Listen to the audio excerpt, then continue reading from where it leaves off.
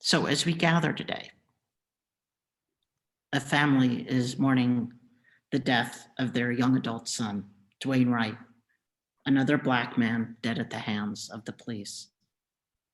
This, of course, in Minneapolis, a city already struggling with the drawn out trial of Derek Chauvin, about a murder that anyone can watch because it was filmed on cell phone by horrified onlookers, and conclude the simple reality that this officer pinned Floyd until he couldn't breathe.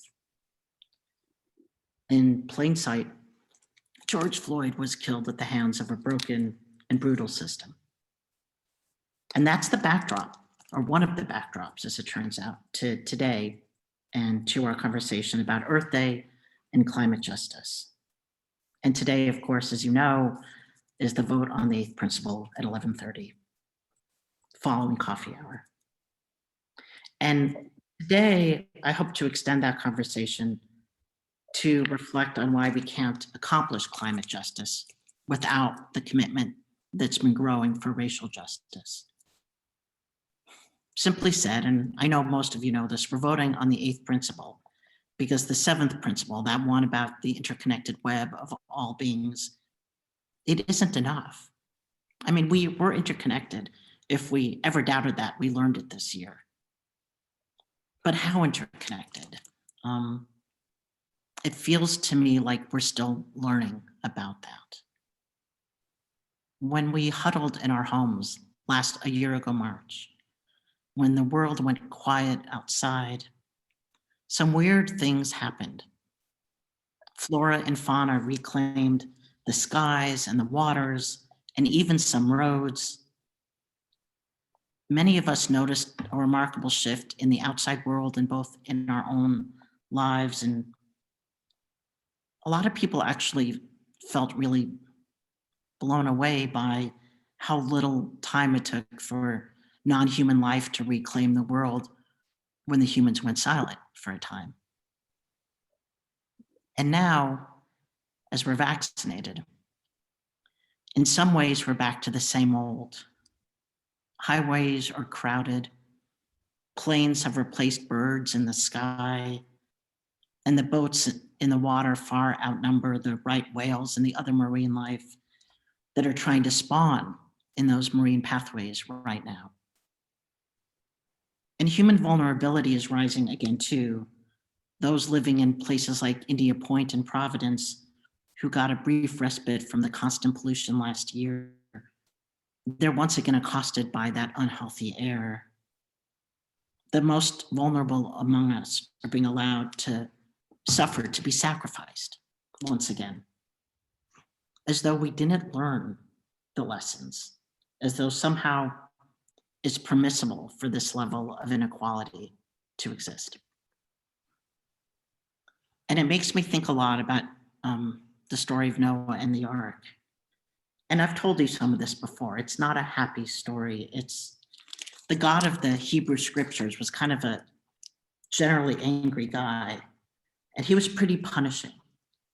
He didn't have a lot of patience, in my opinion, for human foibles, for the ways in which we struggle to do what's in our best interest.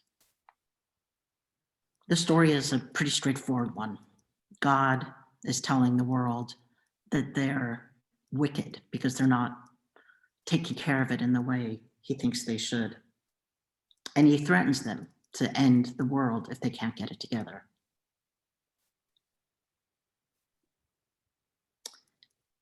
And what he's asking of them feels to me like a pretty low bar. He's asking them to follow the 10 commandments he laid out. And those 10 commandments aren't all that different from our seventh principles. And they're not a high bar. But humankind being humankind, greed and selfishness got in the way. And despite the threats from God, they went down a pretty bad path. And so God smites them, tells Noah to build an ark and to save enough animals to save the world, to repopulate the world, and then floods everything except the ark for 40 days and 40 nights. And I think about this every time we have dramatic weather, not because I believe in a punishing God. There's no part of me that believes in a punishing God. But I do wonder how many more chances we're going to get to save the world. Most Abrahamic scripture, the scripture that governs Judaism, Christianity, and Islam, it's full of reminders about what it means to live in community. There are admonishments about loving one's neighbor as oneself. There are tales galore of disputes and reconciliation, of families and communities fractured and then healed. And there's guidance too on how one might live. Stories of inequality leading to riot, and tales of a leader who lives among the outcast by intention. So we have examples of how to take care of each other. And I read somewhere recently even that if we know, they were talking about the moon landing, and they're like, if we know how to think about populating another planet, we know how to save this planet. But liberation is a collective activity. My BIPOC friends, and BIPOC is a term for Black, Indigenous people of color, my BIPOC colleagues have been preaching this for years, that all liberation is collective liberation, that none of us are free until all of us are free. And that's the complexity, because it means that it's not enough to work to stop police killings if those same individuals are dying from toxic air at the Providence port. It means it's not enough to open up the borders of the country if that means that thousands of kids get put in cages because we don't know what to do with them. And it's not enough to make the COVID vaccine available for uninsured residents in the state if we're not going to offer them ongoing health care.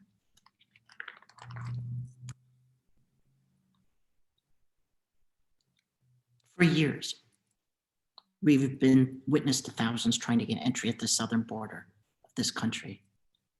What we don't talk about is why that's there, that the Amazon has been cut down, of course, to fuel an insatiable desire for palm oil and profits, that the weather instability has created millions of climate refugees around the world, and that so many of the wars being fought are over fewer resources and people are suffering.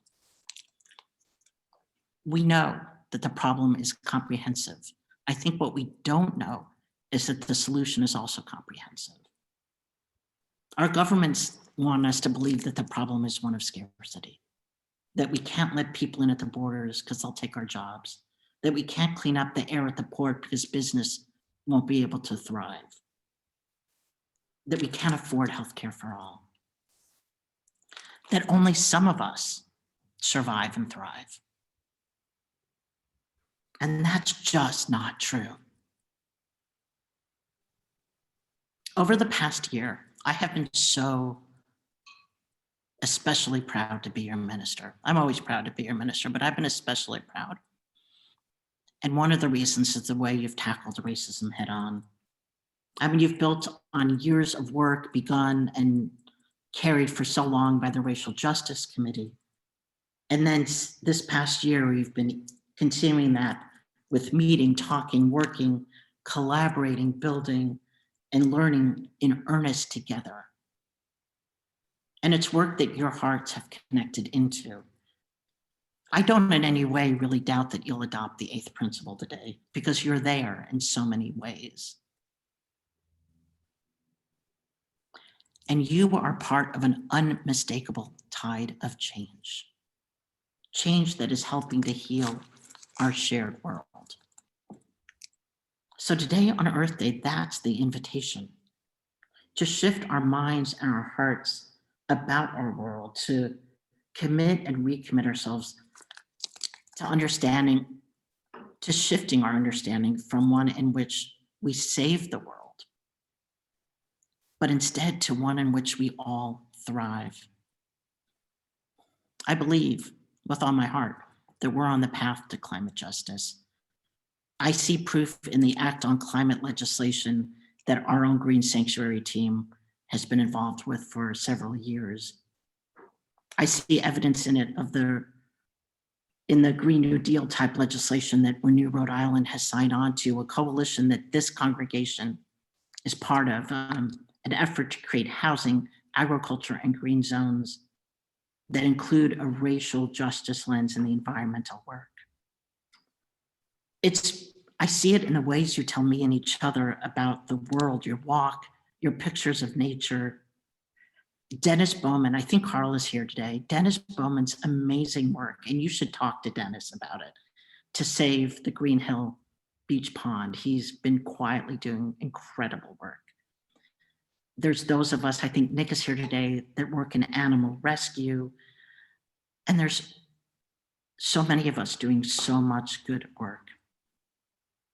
So with all my heart, I believe we're on the path to creating a truly shared world. I hope that we continue to make it so. Blessed be.